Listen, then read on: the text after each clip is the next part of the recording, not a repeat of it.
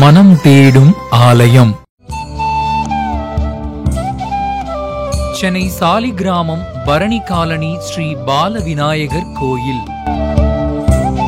ஆலய வழிபாடு சாலச் சிறந்தது என்பது பெரியோர்கள் வாக்கு. அதற்கேற்றபடி இந்த மனம் தேடும் ஆலயம் நிகழ்ச்சியில் நாம் சிறப்பு வாய்ந்த ஆலயங்களுக்கு மானசீகமாக சென்று தரிசனம் செய்து வருகிறோம். அந்த வகையில் இந்த நிகழ்ச்சியில் நாம் காணவிருக்கும் ஆலயம் முழுமுதற் பொருளான விநாயக பெருமானே இயற்கையின் வடிவாக எழுந்தருளியிருப்பதாக கூறப்படும் ஆலயம்தான். வாருங்கள் அந்த அதிசயத்தை காணச் செல்வோம்.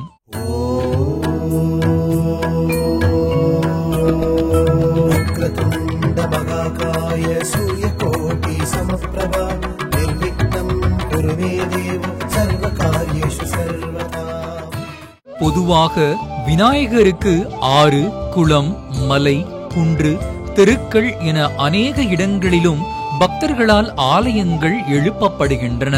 அப்படி இருக்கையில் இப்போது நாம் வந்திருக்கும் ஆலயம் தமிழ்நாட்டின் தலைநகராம் சென்னையில் வடபழனி அருகே சாலிகிராமம் பரணி காலனி சூர்யா தெருவில் அமைந்திருக்கும் ஸ்ரீ பால விநாயகர் கோயில். மஞ்சள பூடிச்சு நெஞ்சில நரைச்சு செஞ்சு வச்சு கும்பிட்டோமே, பிள்ளையார கும்பிட்டோமே, வெள்ளருக்கெடுத்து வேரில செதுக்கி நம்பிக்கைய கும்பிட்டோமே, உந்தன் பாதம் தொட்டு கும்பிட்டோமே. மஞ்சள பூடிச்சு நெஞ்சில நரைச்சு செஞ்சு வச்சு கும்பிட்டோமே, பிள்ளையார கும்பிட்டோமே, வெள்ளருக்கெடுத்து வேரில செதுக்கி நம்பிக்கைய கும்பிட்டோமே, உந்தன் பாதம் தொட்டு கும்பிட்டோமே. அமைதியான சூழலில் எளிமையான ஆலயம் என்று சொல்லலாம். வெளியே 5 நிலை ராஜகோபுரம், உள்ளே மூலவர் விமானம் இருப்பதையும் நாம் காணலாம். இக்கோயிலில் நடந்த அதிசயத்தை கேட்டால் நீங்கள் ஆச்சரியப்படுவீர்கள். ஆம், இப்பகுதியில் குடியிருப்போரின் வழிபாட்டுக்காக 1983ஆம் ஆண்டு ஜனவரி 26ஆம் தேதி இந்த கோயில் அமைக்கப்பட்டது. விசேஷங்களும் உற்சவங்களும் சிறப்பாக நடத்தப்படுகின்றன. மூலவர் ஸ்ரீ பால விநாயகர் பார்ப்பதற்கு சிறிய தோற்றம், ஆனால் அவரோ ஏகாந்தம். பொதுவாக இறைவனை பூஜிக்க இலை, மலர், தண்ணீர் போதுமானது என்பார்கள். அப்படியாக விநாயகருக்கு அருகம்புல்லே உகந்தது. அதனை விரும்பி ஏற்பவர். அருகம்புல் மருத்துவத்தன்மையும் கொண்டது. அந்த அருகம்புல்லால் விநாயகரை அர்ச்சிக்க ஆனந்தமாக பக்தர்களுக்கு வரம் தருவாராம். இந்த ஆலயத்தில் மற்றொரு சிறப்பு அம்சமாக ஏகதின லட்சார்ச்சனை 1987ஆம் ஆண்டு ஜனவரி 26 முதல் ஆரம்பிக்கப்பட்டது. பக்தர்கள் இந்த அர்ச்சனையில் பங்கேற்று பலன் பெற்று வருகிறார்கள். அப்படியாக 2004இல் நடைபெற இருந்த 16வது ஏகதின லட்சார்ச்சனைக்கு முன்னதாக ஐயனார் மற்றும் கணபதியின் திருவுருவச் சிலையை வடிவாக்கி செய்துவிடலாம் என்று ஸ்ரீ பால விநாயகர் சேவா டிரஸ்ட் தீர்மானித்து அதற்கு வேண்டிய ஏற்பாடுகளை தொடங்கினார்களாம். சிலை ரூபம் வடிக்க காலதாமதம் ஆனபோது இறைவனின் திருவருளால் கோயிலின் தென்மேற்கு மூலையில் இருக்கும் அரசமரத்தின் அடிபாகத்திலிருந்து கொத்தாக சிகப்பு நிறத்தில் சல்லிவேர் விழ இந்த அதிசயம் என்னவென்று நாள்தோறும் கவனிக்க மரத்தின் தண்டு பகுதியில் கிரீடம், முகம், தந்தம் கொண்டு விநாயகர் நடன கோலத்தில் இருப்பது போல தோன்ற பக்தர்கள் அதனை கண்டு ஆச்சரியம் அடைந்ததாக கூறப்படுகிறது. இதோ அந்த அரசமர விநாயகரைத்தான் நாம் தரிசித்துக் கொண்டிருக்கிறோம்.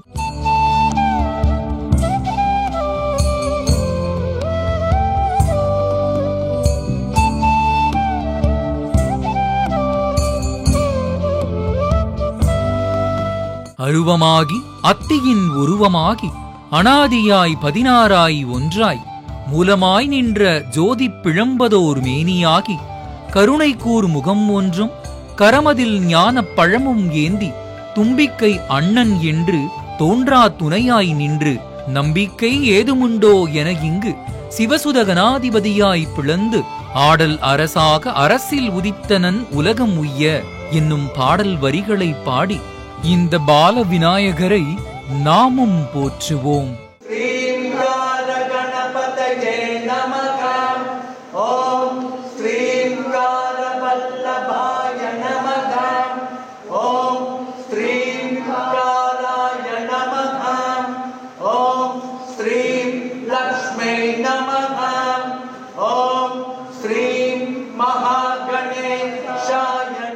விநாயகரே அரசமரத்தில் எழுந்தருளியதால் இந்த ஸ்தலத்திலே விருட்சமாக இந்த மரமே உள்ளது.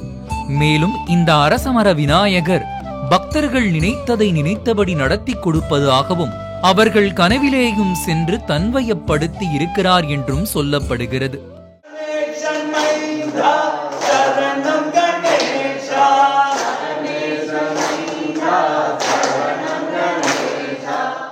இந்த ஆலயத்தில் 19 ஜனவரி 2000 வருடத்தில் ராஜகோபுரம் கட்டப்பட்டு மூலவர் ஸ்ரீ பால விநாயகரை தவிர மயில் வாகனத்துடன் ஸ்ரீ வள்ளி தெய்வானை சுப்பிரமணியர், ஸ்ரீ ஆஞ்சநேயர், ஸ்ரீ லட்சுமி நாராயணர், ஸ்ரீ துர்கை, ஸ்ரீ மேத்தா தட்சிணாமூர்த்தி ஆகிய சுவாமிகளுக்கு தனித்தனியே சிறு சந்நிதிகளும் அமைக்கப்பட்டுள்ளன. மேலும் காமாட்சி அம்பாளின் அருள் வடிவான காஞ்சி மகா பெரியவருக்கு நவீன சிலை வைக்கப்பட்டுள்ளது. இத்துடன் மயூர வாகனன் ஆறுமுக பெருமானுக்கு கண்ணாடியால் ஆன மணிமண்டபமும் அழகாக அமைக்கப்பட்டுள்ளது. குறிப்பிட்ட விசேஷ நாட்களில் அதற்குரிய தெய்வங்களுக்கு உற்சவங்கள் நடைபெறுகின்றன. ஞாயிற்றுக்கிழமையில் பக்தர்களின் நலனுக்காக ராகு காலமான மாலை 4:30 மணி முதல் 6 மணி வரை ஓம்கார திருசதி மந்திரங்களால் விசேஷ சங்கல்பத்துடன் பூஜைகள் செய்யப்பட்டும் வருகின்றன. மேலும் இந்த ஆலயத்தில் பௌர்ணமி, பிரதோஷம், கிருத்திகை, புரட்டாசி சனிக்கிழமைகளில் சிறப்பு வழிபாடும், வியாழக்கிழமைகளில் மகா சுவாமிகளுக்கு திவ்யநாம அர்ச்சனையும் செய்யப்படுகிறது.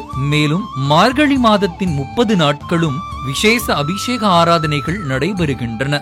இது தவிர நவராத்திரி விழா, கந்தசஷ்டி, விநாயகர் சதுர்த்தி, ஹனுமன் ஜெயந்தி, பங்குனி உத்திர கல்யாண உற்சவம் என பல்வேறு உற்சவங்கள் நடைபெறுகின்றன. மகான்களை தரிசிக்கும் போதும், சுயம்புவாக வந்த தெய்வ உருவங்களை தரிசிக்கும் போதும், எலுமிச்சம் பழங்களை வைத்து தரிசிக்கும் போது செய்த பாவங்கள் நீங்கி பலன் தானாகவே நம்மை வந்தடையும் என்பது பெரியவர்கள் வாக்கு. எந்த காரியத்தை எடுத்தாலும் அது இனிதே முடிய விநாயகரின் அருள் அவசியம் தேவை. பார் முழுவதும் பல இடங்களில் அவருக்கான கோவில்கள் உருவாக அம்பாள் சிவனிடம் பெற்ற வரத்தின் விளைவே இது என உணர முடிகிறது. அருள் வடிவாக சுயம்புவாக அரசமரத்தில் கரி என்னும் யானை முகம் காட்டி வீற்றிருக்கும் இந்த பால விநாயகரை நாமும் வணங்கி வழிபட்டு அருள் பெறுவோம். மனம் தேடும் ஆலயம்.